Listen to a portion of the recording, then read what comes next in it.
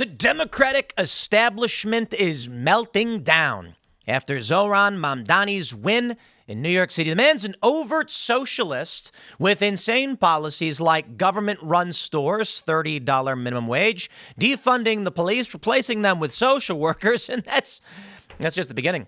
Free buses, LGBTQIA office in government. Oh boy. 800% increase in funding for hate crime law enforcement. Already in New York City, the housing market is starting to break down. Shares in companies that hold real estate are dropping. And the famous story that we've talked about quite a bit is that as this billionaire guy who owns a bunch of grocery stores says he's going to leave because there's no way he's going to compete with government-run grocery stores. Oh boy, hope y'all are ready for breadlines. Look. Things like this happen all over the world. Socialists take power, and invariably you end up with the same things. People go hungry, people lose access to wealth and resources, and that's what happens when a bunch of, I guess it's a fourth turning, when a generation is improperly prepared. Now, I don't know if there's a solution to the fourth turning, assuming it's correct, which states simply, every fourth generation you get a bunch of lazy, entitled crackpots. The reality may be that without experience of hardship, people tend to vote for things that are destructive. And Zoran Mamdani is another example. Now, he may be either dangerously stupid or dangerously evil. But for all intents and purposes, it's effectively the exact same thing. Now, the funny thing about this is I love watching the establishment Democrats self-immolate in chaos over what is currently going on with Zoran Mamdani. But at the same time, the deeper concern is that this will spread. And you know what? I accept that because I was talking about it quite a bit, saying, you know what, fine, let baby have his bottle. Let the socialists get what they want.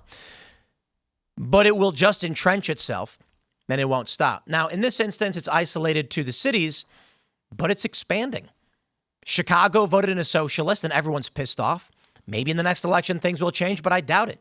New York City's voting leftist every single time, and it's only going further and further. It's almost like as they fall off the cliff, they argue that they're actually just not falling fast enough and they do everything they can to speed things up. They seem to be in this system of belief that they're just not communist enough. And if they only try again, maybe they'll succeed. So let's talk about all of that and the breakdown of what's currently going on. The state of the Democratic Party and, my friends, yes, of course, communism on the rise in these United States. The next generation is going to be so insane. And you're going to have a right-leaning younger faction with a communist-leaning left faction. And, I'll just put it this way. I got a segment coming up later. There's a viral video of some woman, a leftist, of course, calling for the murder of ICE agents, but telling people to do it. Telling them to get guns and go and do it. And I imagine she'll get arrested, but the sentiment is growing. So when this generation is the older generation in politics, what do you think they're going to be doing? We've already seen Democrats go after Donald Trump with false criminal charges, false felonies, false accusations of rape. They arrested his lawyers and raided his home. What do you think the commies are going to do? Now, before we get started, my friends, shout out to Steven Crowder and the Mug Club. Big fan. Steven Crowder's show is absolutely fantastic. It's funny, and I always have a good time watching it. And it is an honor and a privilege to be the recipient of the Morning Rumble raid from Steven Crowder and his Mug Club viewers. You guys rock. I appreciate you guys coming to hang out when you do. Before we get started, we've got some great sponsors. Bearskin, my friends. You may notice that I am wearing this amazing fleece hoodie. That's right.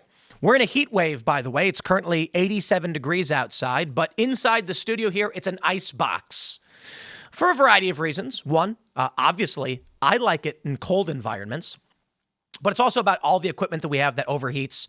And so we actually sometimes, you guys may remember when I was live and the camera shut off because they got too hot. So we keep it around 68 degrees, and it allows me to wear this amazing bearskin jacket that's BAER. SKIN. So you can go to bear.skin/Tim. You get 60% off, but you also can text Tim to 36912, and you'll get 60% off. This thing is absolutely fantastic. It is actually my favorite hoodie right now. It's got an outer shell, so we've been in this monsoon season. We've gotten more rain we've ever got. It's nuts. And they have this outer shell. Actually, it's over there, and it just zips right into it. Now, to be fair, I'm not going to walk around in 80 degrees wearing this thing, but the outer shell's perfect. It's super light, so I can just wear that as a jacket, and it's my favorite rain jacket. It's actually the best I've had probably ever, to be completely honest, because it's thin and easy to wear when it's hot, but it keeps all the rain out, and then it can zip into this. And I think there's massive thunder going on right now, so we're about to have a major thunderstorm. Holy crap! It sounds like an earthquake. But this thing's great. It's got 10 pockets. It's got windsolation technology. It's got its own stash pocket. You don't even notice. The pockets are also waterproof, and the best part, it comes in a 3-in-1 all-weather system. You'll get 60% off when you text Tim to 36912. So definitely do that if you're driving right now or you're busy. You can just send that text message. But we got another amazing sponsor this morning because, everybody loves Timcast. We got Tax Network USA, my friends. This month, Tax Network USA proudly celebrates American Pride Month, honoring freedom, resilience, and financial independence. To mark the occasion, they're offering 10% off all services for a limited time. If you're dealing with back taxes or missed the April 15th deadline, don't wait. The IRS is stepping up enforcement fast. Penalties can add up quickly, up to 5% per month, maxing out at 25% of your total tax bill just for not filing. That's on top of what you already owe. But here's the good news. Tax Network USA can still help you turn things around. Whether you're self-employed, run a business, or your books are a complete mess, their team knows how to cut through the chaos and find solutions that work. Your consultation is free, and getting ahead of the problem now could help you avoid harsh penalties, wage garnishments, and surprise bank levies. Take the first step. Call 1-800-958-1000 or visit tnusa.com/Tim. Don't forget, this month only, you get 10% off as part of their American Pride Month celebration. Regain control of your finances with Tax Network USA. Shout outs. And now, without further ado, let's just get into the news. We've got this story from Axios. Democratic establishment melts down over Mandani's win in New York. Many Democratic leaders and donors are panicking about Zohran Mamdani, the 33-year-old Democratic socialist who won the party's nomination to be the next mayor of New York City. Establishment Democrats looking to recover from 2024's losses fear Mamdani could hurt the party's brand nationally, while young progressives believe his formula could spread beyond New York. I think both are true. The far-left crackpot communist psychotic ideologies will absolutely spread. And it will also dramatically hurt the Democrats' national brand. Here's how it works. There's a funny meme, and I'll be a little crude with it. So I hope you guys earmuffs if you got kids listening. But there's a funny meme where it's like in 1990, some dude has I'll keep it family friendly, has a proclivity for toasters, if you know what I'm saying. And his dad whacks him in the back of the head and says, "Knock it off, you weirdo." And he does. In 2025, a kid, teenager with a proclivity for toasters, goes online, finds an online community of wackaloons from all over the world where they come together and convene over their love for toasters, if you know what I'm saying. So basically what happens is you get crackpot AOC with stupid ideas that most people don't support, but she's able to muster up funding by targeting the pocket of disparate socialists across the country. Let's just say this. In a nation of 330 million with no internet, you got to go door to door and knock on doors. What happens? 9 out of 10 doors you knock on are going to be fairly moderate in some way. Yeah, you'll bump into 10% of the socialists, but what are they going to do about it? So you end up pandering to the majority, the moderate base, and you win your election. AOC comes around. She's a crackpot lunatic lefty. She finds only 10% in her district actually supports communism. So what does she do? She goes online, and this is true of the squad. The overwhelming majority, I think the last assessment was a few years ago, and it was like 95% or more of the donations they receive are from outside of their district, meaning that 10% normally wouldn't be able to give you enough resources to win an election. So if you're asking your district for money, you can't pander to the 10%. You got to go for the majority, the lowest common denominator. But for the squad now, they can raise substantially more money online because fervent psychotic communists are willing to throw money at their ideology. They hyper-concentrate it in a district like AOC, Ilhan Omar, etc. And what happens? she ends up being able to win through her campaigning. Of course, generally she just goes around, or like Zoran Mamdani, endorsed by AOC, he can promise things that are impossible. And with the power of the internet, got his message out, despite the fact it's not popular nationally. Among young people, because of social media, it is becoming more popular. So what I see happening for Democrats is their party will eventually just become the minority party. They will struggle to muster up any real chance of victory because they're too extreme. They'll represent about 20 to 25% of the country, but moderates are going to be like, these people are crazy. So the Democrats will never quite get there. But let's read more. They say Democratic leaders largely rallied behind former Governor Andrew Cuomo in New York's mayoral primary. Mamdani's shocking victory Tuesday was the latest example of the party's establishment being disconnected from its own voters. On Wednesday, many Democratic lawmakers and officials either denounced Mamdani or notably declined to rally around him. Republicans, including Trump, crowed about Democrats embracing a Democratic socialist who has called for reduced police funding and sided with Palestinians in the Gaza war. The top two Democratic leaders in Congress, Schumer and Jeffries, both New Yorkers, declined to endorse Mamdani, even as they applauded his victory. Okay, let's talk about the ramifications. Shares of firms tied to NYC real estate tank over fears of Mamdani's rent freeze, the Zoran effect. Let's go already. People are losing money. I love it. And I'm sure the communists do too. The New York Post reports shares of firms with exposure to New York City's real estate market were hammered on Wednesday as investors panicked over the growing prospect of rent freeze advocate Zoran Mamdani winning City Hall. Vornado Realty Trust and SL Green, two of the Big Apple's largest developers, plunged more than 5%. Oh, man, that's brutal. There's also Trinity Church, which is like one of the largest real estate owners in the city or the country. And I wonder how their holdings are doing. Other real estate investment trusts with heavy ties to the city also suffered. Equity Residential and Empire State Realty Trust fell 3% and 4% respectively. LXP Industrial Trust was down 2.5%. Let's go. Look at that. Look at that smile on Zoran's face as the markets crumble around him. Hey, man, if you guys don't know much about New York in the 70s, wait till you get a load of this guy. Investors also sold off shares in New York's banks with major real estate portfolios. Flagstar Financial and Dime Community Bank fell 5% and 4% respectively, while Flushing Financial slipped 3%. Flagstar, formerly known as New York Community Bancorp, and Dime Community have major exposure to rent-regulated multifamily homes, I'm assuming they mean, in New York, according to analysts. Mamdani, the 33-year-old self-avowed Democratic socialist, which, let's be real, literally just means he's a socialist, has vowed to freeze rent on all rent-stabilized apartments in the Big Apple. Analysts have warned the move could hurt building owners already grappling with higher costs, as constraints on their ability to raise rents might make it more difficult for some to repay their debt. Politicians continue to march down a perilous path for rent-regulated multifamily. Rent-regulated multifamily? Is there a word there? You're describing something. With allowable rent increases lagging expense growth, brokerage Stevens said. New York's real estate sector has already been reeling under pressure as higher interest rates strained borrowers, while the post-pandemic adoption of remote working left office buildings vacant.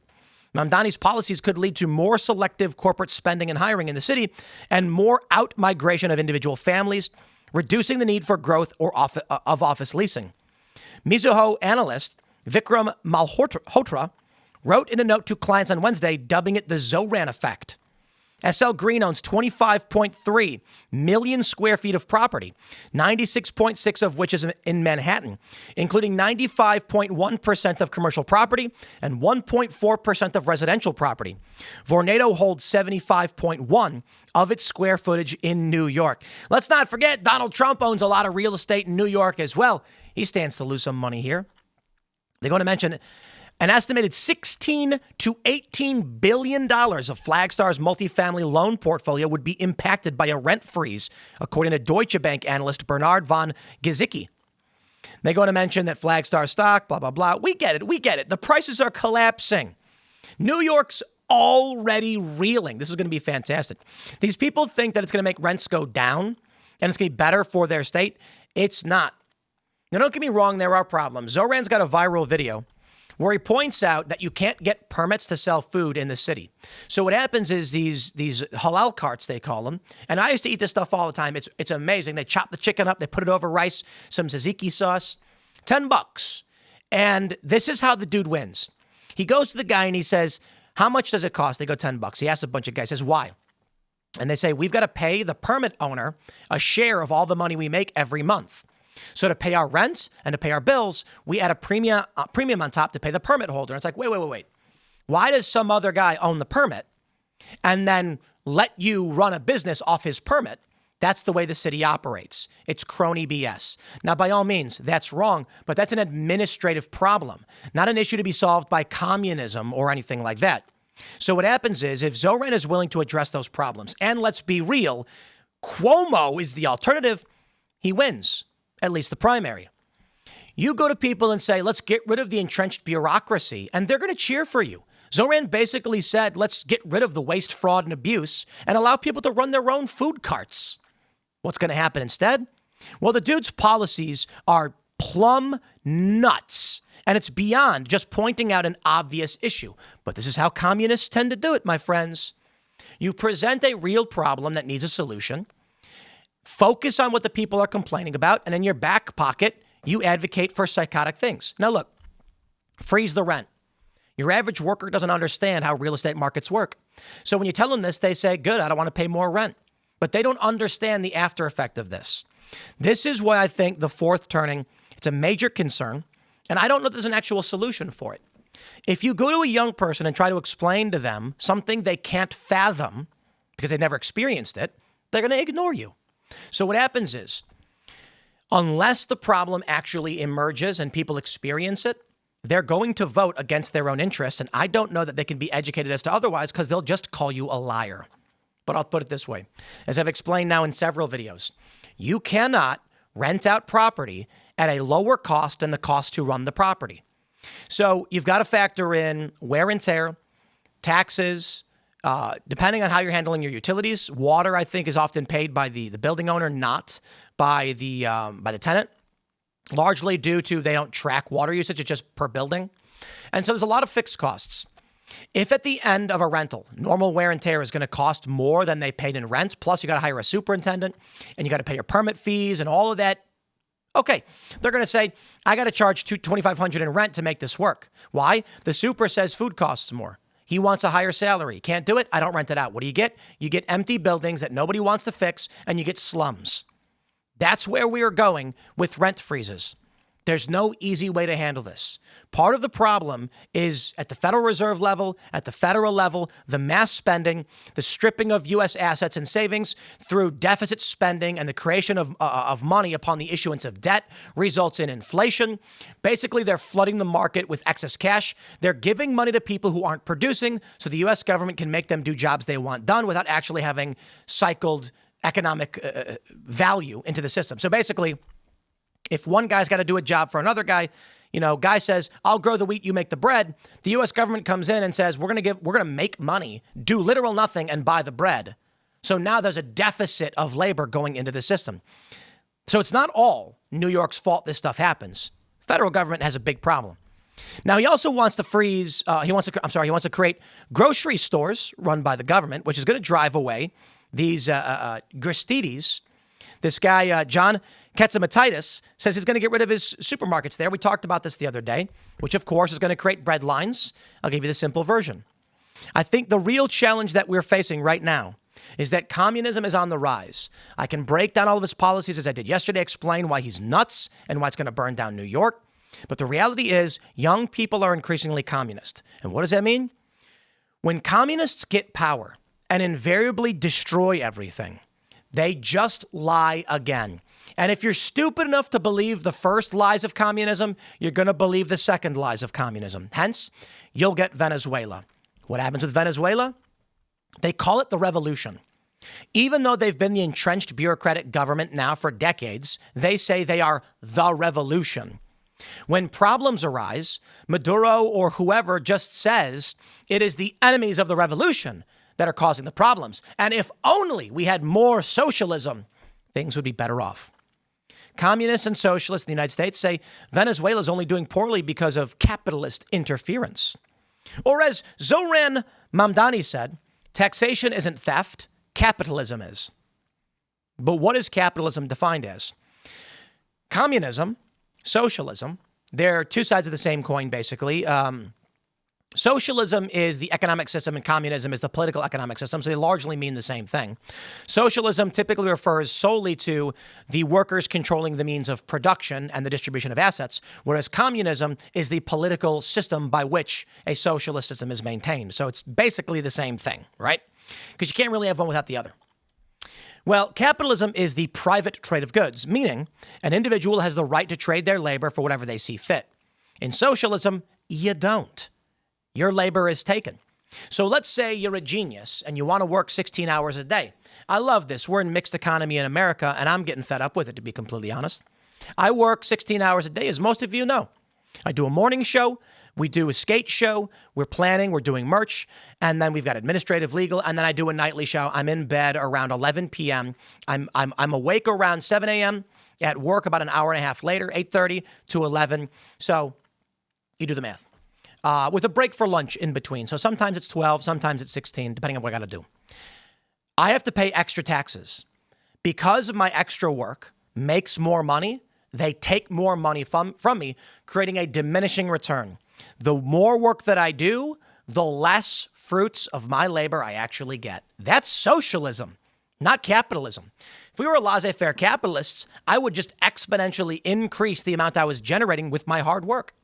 Now, I'm not a laissez-faire capitalist. I think some government programs, taxation is fine, but socialists want to take it all. Now, here's where it gets funny. From the New York Post, communist group slams Mamdani for deceiving working class and making false promises. Okay. Well, hey, look, we knew they were going to fight with themselves at some point. Let's move on to the bigger threat that I see. Why is Gen Z embracing socialism? Trendy campus slogans ignore the oppression, suffering, and slaughter by communist regimes. It's time to get real about history. Well, my friends, it's a rise of communism, socialism, and also conservatism. So actually, I don't know where I have it. Is it over here? Here we go. Democratic pollsters shocked at Gen Z's conservative shift. Well, The Atlantic says it's a myth of a Gen Z wave. Nah, it's not a myth. We actually are seeing a hyperpolarization. The left is becoming substantially more extreme, and the right is also, I wouldn't say they're becoming more extreme, but they're becoming more entrenched in traditional and conservative values. Not fascism, mind you, but, ladies and gentlemen, from YouGov. Would Americans choose communism or fascism? Fascinatingly, the U.S. today is 2% higher than January of 1939. And fascism is down by 9 points.